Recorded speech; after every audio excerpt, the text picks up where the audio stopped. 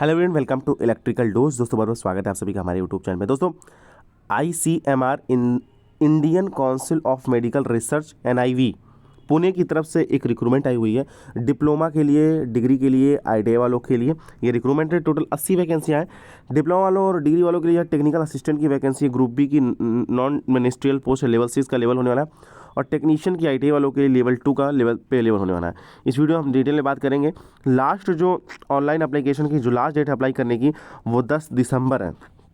26 तारीख से इसका ऑनलाइन एप्लीकेशन फॉर्म स्टार्ट हो चुका है और 10 दिसंबर तक आप इसे अप्लाई कर सकते हैं। और सबसे अच्छी बात क्या है कि ऐसी वैकेंसी में जब एग्जाम डेट, नेशन डेट वगैरह बहुत डिले होती है, एग्जामिनेशन होते या कैंसिल हो जाता है, लेकिन इसमें सबसे अच्छी चीज़ है कि इसमें ऑनलाइन CBT की डेट दी हुई है। 16 और 17 दिसंबर को आपका एग्जामिनेशन है। तो इस वीडियो में हम डिटेल में बात करने वाले हैं इस वीडियो में, और आपको अप्लाई करने का लिंक इसी वीडियो के डिस्क्रिप्शन बॉक्स में मिल जाएगा। यहाँ से आप न्यू रजिस्ट्रेशन पर क्लिक करके अप्लाई कर सकते हैं। लेकिन डिटेल एडवर्टीजमेंट की बात करें, देखिए जैसे आप इस पेज पर आ जाएंगे तो यहाँ पर आप देखिए दोस्तों, जैसे ही आप यहाँ पे क्लिक करेंगे, ये वाला जो लिंक है इस पर क्लिक करेंगे, आपका डिटेल एडवर्टीजमेंट डाउनलोड हो जाएगा। देखिए दोस्तों, बहुत सारे लोग कहते हैं सर डिटेल एडवर्टीजमेंट का लिंक दीजिए, ये दीजिए, वो दीजिए। गाइज, मैं डायरेक्ट वेबसाइट का लिंक देता हूँ, आप उसी जो पेज का लिंक मैं देता हूँ उसी से आप एडवर्टीजमेंट भी डाउनलोड कर सकते हो, वहीं से अप्लाई भी कर सकते हैं। अब इतना काम आप जरूर कर सकते हैं। अगर आपको इतना काम नहीं करने आ रहा है तो आप टेक्निकल स्टूडेंट नहीं है।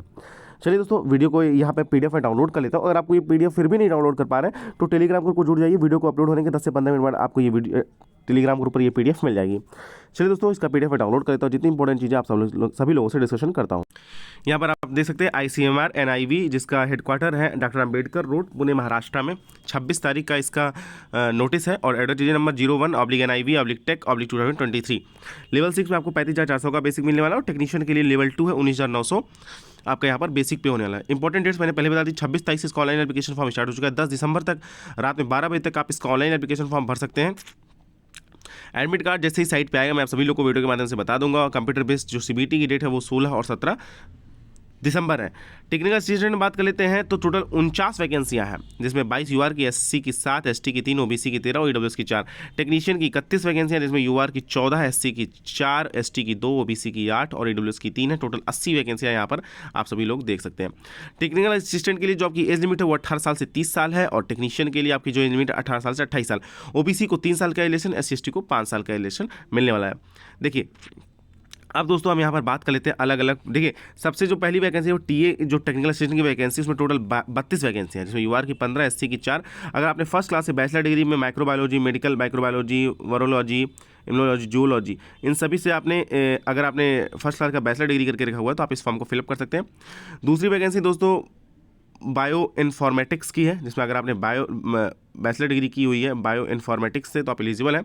देखिए डायरेक्ट हम बात कर लेते हैं अपनी टेक्निकल वैकेंसियों की। सबसे पहले अगर हम बात कर लेते हैं तो देखिए CS वालों के लिए वैकेंसी है, 5 वैकेंसी, UR की 3, SC की 1, OBC की 1। 3 साल का अगर आपने कंप्यूटर साइंस से डिप्लोमा करके रखा हुआ है या डिग्री करके रखा हुआ तो आप एलिजिबल है। इलेक्ट्रिकल की बात कर लेते हैं, इलेक्ट्रिकल के भी फ्रेशर्स के लिए वैकेंसी है, टेंशन की बात नहीं है। देखिए इलेक्ट्रिकल इंजीनियरिंग के लिए टेक्निकल असिस्टेंट की 2 वैकेंसी जो है, UR की 1 है, EWS की 1 है। अगर आपने फर्स्ट क्लास का डिप्लोमा करके रखा हुआ है इलेक्ट्रिकल इंजीनियरिंग से और 2 साल का एक्सपीरियंस है तो आप एलिजिबल है, या फिर आपने BE/BTech करके रखा हुआ है इलेक्ट्रिकल इंजीनियरिंग से बिना किसी एक्सपीरियंस के तो आप एलिजिबल है। और इसी तरह अगर इलेक्ट्रॉनिक्स वालों की बात कर लेते तो सेम वही चीज़ है कि अगर आपने फर्स्ट क्लास का डिप्लोमा करके रखा हुआ है इलेक्ट्रॉनिक्स से और आपके साथ 2 साल का एक्सपीरियंस, अगर आपने डिग्री करके रखा हुआ है इलेक्ट्रॉनिक्स इंजीनियरिंग से कि कोई भी एक्सपीरियंस नहीं है तो आप एलिजिबल। एक वैकेंसी यहाँ पर OBC के लिए। देखिए और बात कर लेते हैं यहाँ पर रेफ्रिजरेशन एयर कंडीशनर के लिए भी वैकेंसी 2 है, UR की 1, OBC की 1। और अब बात कर लेते हैं ITI वालों के लिए।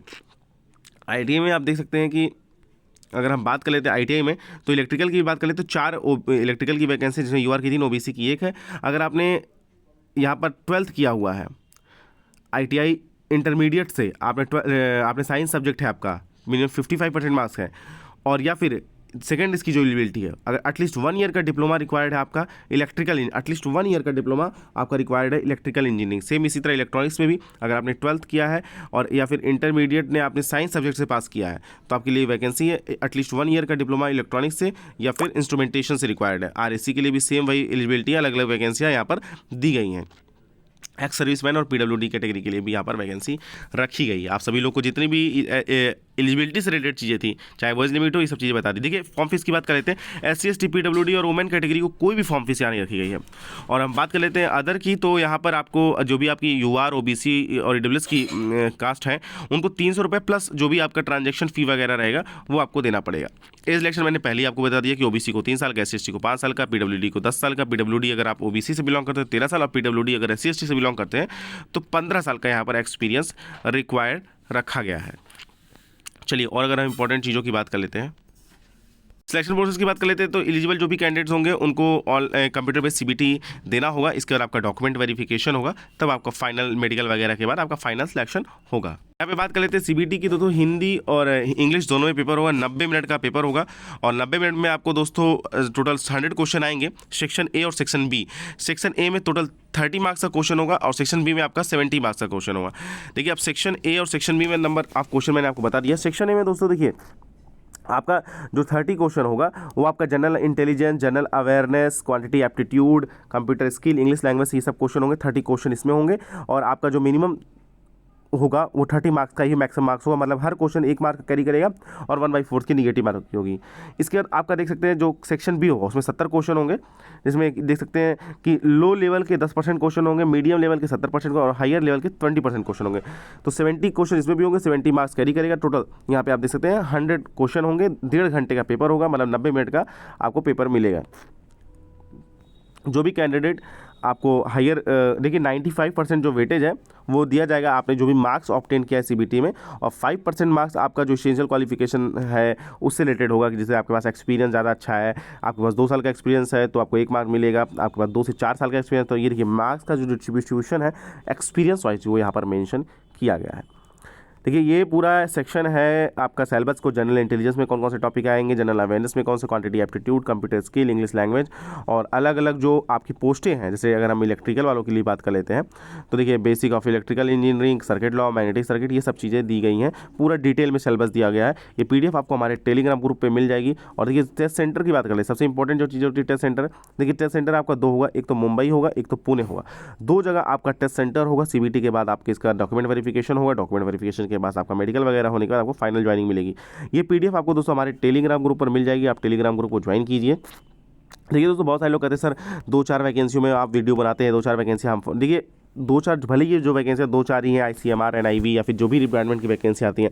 देखिए, मेरा कहना है दोस्तों, अगर आपको एग्जामिनेशन सेंटर का कोई इशू नहीं है, आपको फाइनेंशियली कोई इशू नहीं है कि मतलब आपको दिक्कत हो रही है, तो आप जरूर एग्जाम तो जरूर देने, किसी तरह से मैनेज करिए अपने खर्चों को, जो भी आपके फाइनेंशियल खर्चे उन्हें ट्यूशन्स, कोचिंग्स वगैरह पढ़ा के कंप्लीट करिए, और पेपर जरूर देने चाहिए, क्योंकि पेपर आपका हमेशा एक एक्सपीरियंस बढ़ाता है।